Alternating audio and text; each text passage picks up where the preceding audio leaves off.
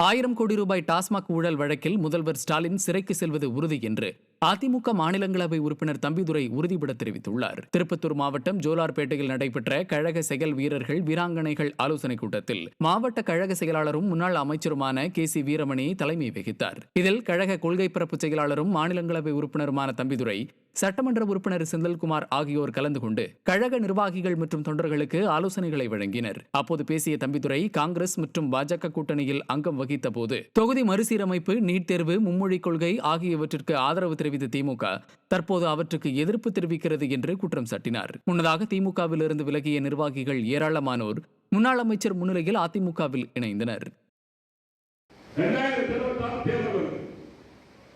அதற்கு முன்பே நீ வந்து 2021 வந்துட்டல, திராவிட ஆட்சி கொண்டு வந்தல்ல, 26 வந்து இந்த சீர்திருத்தம் தெரியல, அதை ஏன் மாற்ற வேண்டும் என்று முயற்சி கொள்ளவில்லை. 4 ஆண்டுகளும் காலத்தை பொறுக்கிவிட்டு சாராயத்தில் ஊழல் செய்த 1000 ரூபாய் கொள்ளையடித்து விட்டு அதை மறைப்பதற்காக உங்களுடைய குடும்பமே நான் சொன்னேன். சிசோடியா எப்படி வந்து பணியிடத்துக்கு ஏறி சென்றாரோ, இந்த சாராய ஊழல்ல, அதுபோல கட்சியில் தன்னுடைய பணி இழந்தாரோ, அதுபோல உங்களுடைய பதவியை